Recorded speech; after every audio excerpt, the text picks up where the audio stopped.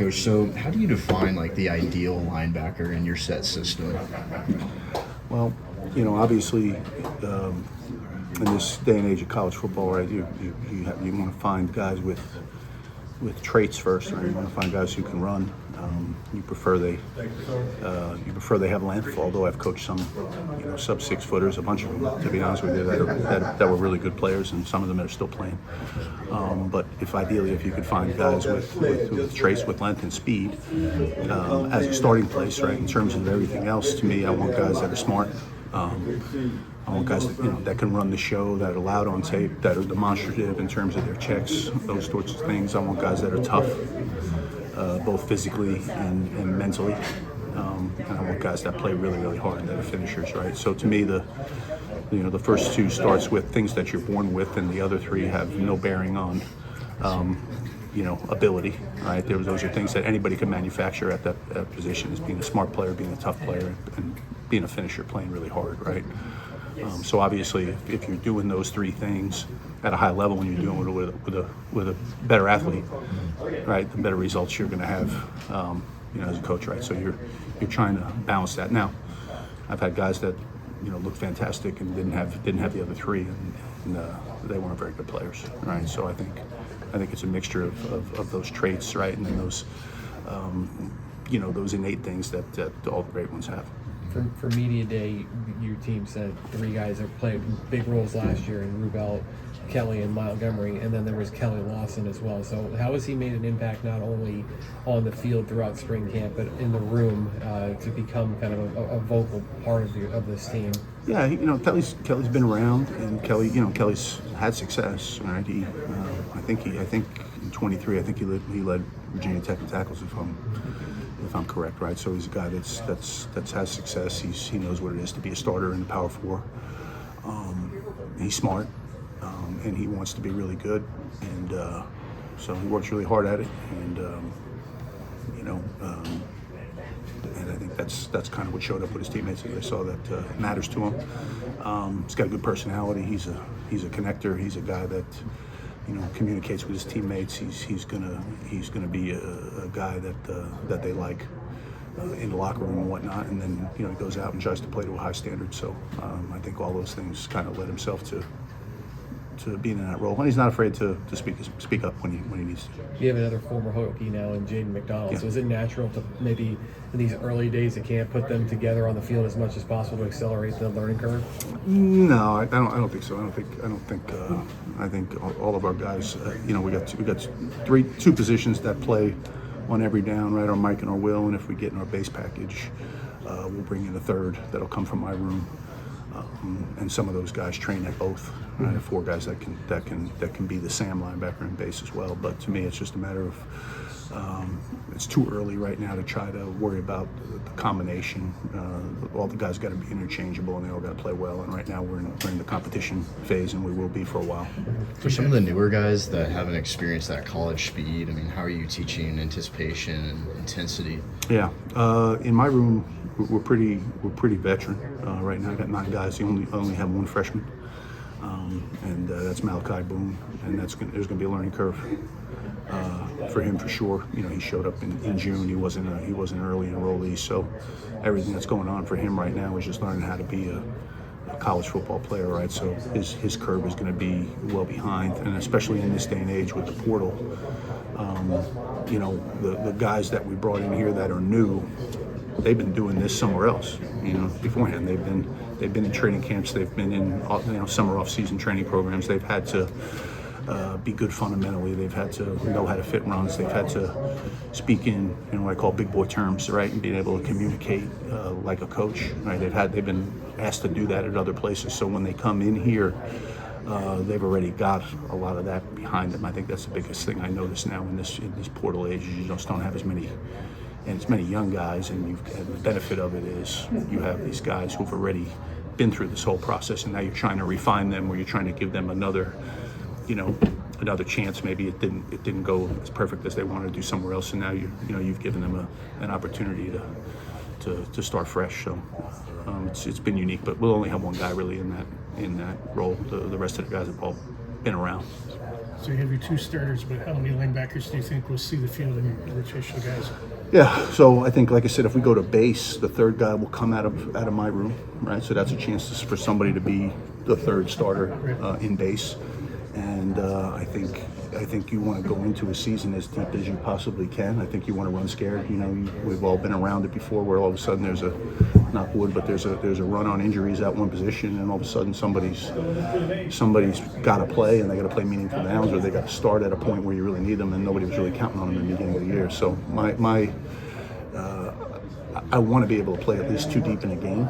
I think it's important that you get backups in a game early in the event that something does happen, and then they have to be the guy. So, and then you're also building depth for the year, and you're getting your team better and deeper. So I'd like to play two deep, but I'm also in a hurry to get everybody ready. Is Phil Picciotti? I know he was unavailable during spring. I know he's coming off something. Is he back? Or what's his status? Yeah, he's had a good summer. He got over the hump a little bit from where he was at in the spring, and he's done everything in the summer, and he'll be available tomorrow. So between Phil and Jaden McDonald, those will be the two guys that we'll have available for us tomorrow that we didn't have here in the spring.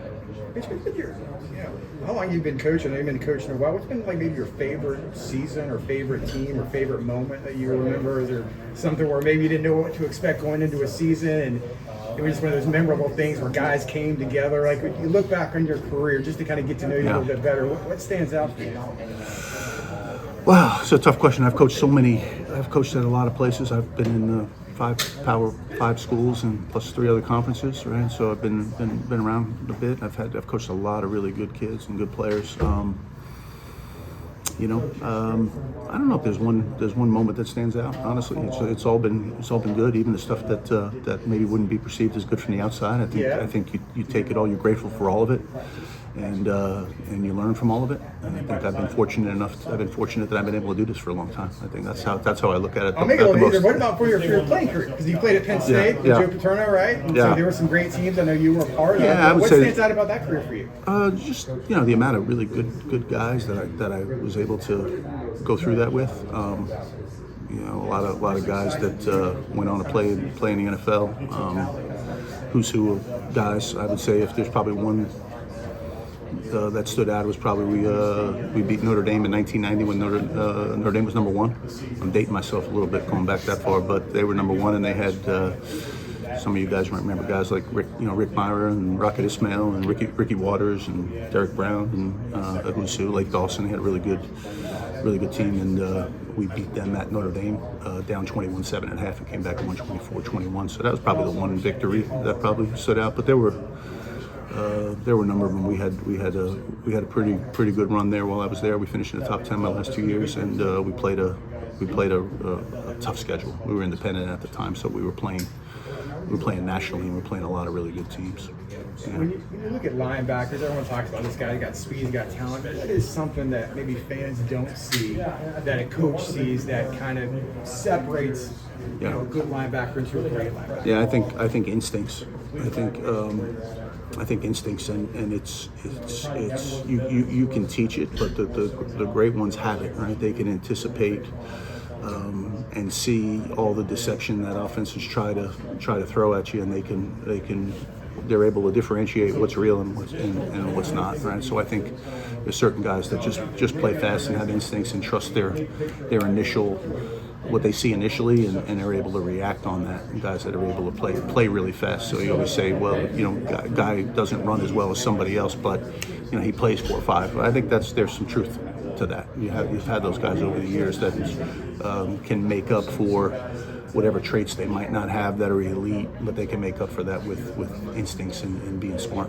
What's the standard that you're going to set for your unit going into fall camp? It's going to be a short amount of time before getting into the season. What are some non-negotiable stuff like that? Yeah, well, again, it all starts from you heard me mention earlier when you talked about what are the things that we're looking for out of the backers, and to me, right, there's obviously the traits, but then we want smart guys, right? We want to be able to eliminate mental errors. We want to be able to get our defense lined up. We want to make everybody calm, right? And we want to be doing that. We want to be demonstrative. We want to be loud on tape. We want people to see that. We want to be physically tough and mentally tough, right? We want to be able to be physically tough. We want to be able to beat blocks. We want to be able to tackle well, right? In terms of all that physically tough category, and then mentally tough, we've got to be able to bounce back from bad plays, right? We're all going to have them. Got to be able to bounce back from adversity, right? And the last thing is play really, really hard, right? Be a finisher, right? So that's what we talk about from our group. We want to be smart. We want to be tough. We want to be finishers, right? That's really the standard for how we want to play as a group from top to bottom. So what does that look like going into the season? What's a successful season for you? I think a successful season is getting our group to unify and getting them to compete at a really, really high level with one another, but also taking joy in the other guy's success, right? That's the really good teams that you see out there are ones that can do that. They can get after it. They can get after it in the room. They know that reps are at stake when they're competing against the guys, but they can genuinely care about the guy that they're working with, right? And they understand that, if we keep pushing each other, right, iron sharpens iron, and we can really become the best version of our room. And I think you can't do that unless you got everybody pulling in the same direction, right? So I work really hard on trying to get the room to be united and be really tight and enjoy each other's successes, right? And let's see how good we can make the whole room, not just the top two guys or whoever perceives the top two guys. Let's see how deep we can make our room, and let's see how good we can make everybody. How do you do that? How do you as a coach unite these guys? Yeah, you have to talk about it. You have to be able to put them in a situation where you kind of demand it, to be honest with you. You might be in a meeting every once in a while, and all of a sudden somebody does something to the standard, and I'm excited about it, and I'm coaching it, and I'm saying, hey, that's a great job. And if I don't hear a whole lot of chit chat from the rest of the guys in the room, I'm going to stop the film and I'm going to say, hey, that's a great job. We all recognize it, right? Just put your ego aside for a second and take a second to recognize your teammate, right? And then eventually that becomes the culture of the room, right? And that's what I want to make sure I'm working hard to create. And I think when you want to create, like I said, you want to create a competition where they're competing like crazy with one another, right? It may be individual drill, and like I said, I got 9 guys in my room right now, and the third guy that goes, they can see that my excitement level gets up. Hey, that's a great job. They can see I want the next guy to be like, hey man, that guy got an attaboy. I want to get one too. You know what I mean? I want that environment. I want them chasing greatness within each drill and each rep and trying to outdo one another, but also enjoy the successes of the other guys in the room. And it's something that has to be done, and it has to be done quickly in this day and age, because all the guys they're all coming for the same thing, and they're all coming from different places, and you don't have a lot of time. So the better job, I think, as a position coach of being able to do that and create that environment, I think more it helps the team.